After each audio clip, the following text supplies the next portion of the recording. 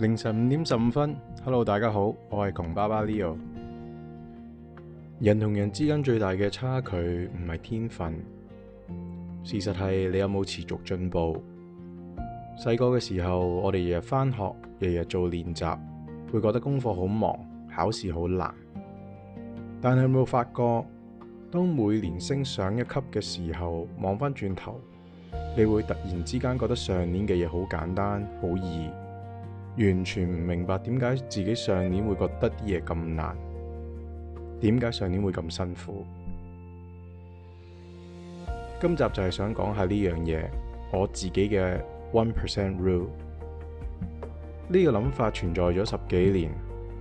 我同自己講，我唔需要突然變得好勁，唔需要每日睇10本書，但係我要每日進步少少，學多一樣嘢，識多一件奇聞，了解多一個話題，咁就夠啦。因為好多人低估咗一樣嘢 exponential growth， 指數級增長。愛因斯坦有講過，複利係世界第8大奇蹟。以前我以為呢樣嘢只應用於投資，但係我後來發現人生好多嘢其實都係 exponential， 知識係，能力係，視野都係。如果你每日進步1%，頭幾日甚至頭幾個月根本冇乜感覺，但係1年後、3年後、10年後個差距會大到好誇張。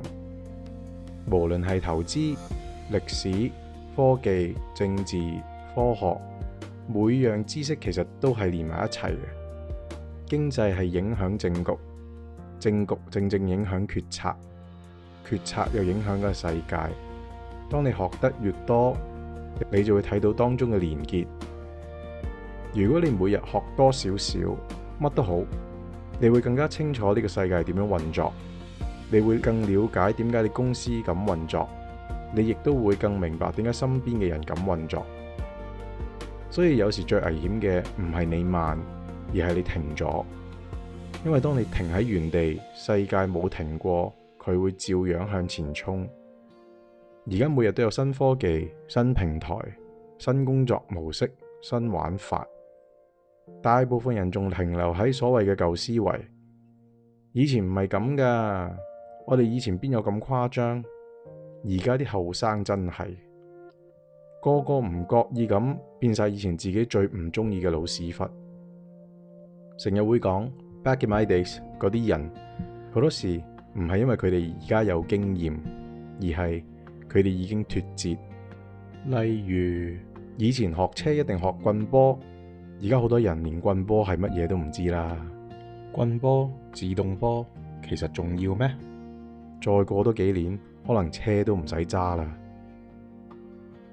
你可以唔中意新時代，但新時代唔會因為你唔中意而停止。所以要不停提住自己，唔好變成一個只會不停批評世界嘅廢佬，要變成一個同世界同步、了解、理解世界嘅人。因為老從來唔係年紀，而係你幾時停止學習。我以前成日以為自己識好多嘢，但係越學得多，越發現自己渺小。我有一個魚嘅理論 share 俾大家聽下。有啲魚喺條河裏邊，覺得自己好大。當佢游到個湖嘅時候，先發現原來仲有更大嘅魚。如果有朝一日入到個海度，先知道自己其實好細。呢個理論可以 apply 喺好多嘢度，例如你公司。好多人喺公司做得耐咗，開始覺得自己好重要，但係其實大家都冇察覺到，大家都只係喺魚缸裏邊嗰條魚，而個魚缸都只係人哋屋企嘅其中一個擺設。你企喺乜嘢位，就只會見到嗰個位嘅世界。所以你成日聽到真係叻嘅人、有學識嘅人、有影響力嘅人，往往佢哋係最靜、最謙虛嘅，因為佢哋知道自己唔知嘅嘢其實可能仲多。所以而家與其同人比較，不如專心令自己成長，每日進步1%，每日學多少少，每日更新自己。世界冇停止派機會，只係有啲人已經停止咗留意，然後就開始埋怨呢個世界。與其憎啲玩家，不如學個遊戲點玩啦。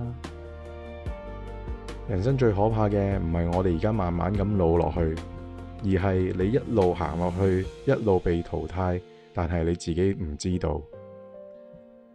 只要每日行前一步，哪怕嗰步幾細都好，時間會將個1% 複息再複息，慢慢將我哋變成一個同上年、同5年前完全唔同嘅人。我係窮爸爸 Leo， 如果你哋鍾意我哋嘅 channel， 俾個 like、subscribe， 感謝。如果你仲喺度聽緊，多謝你。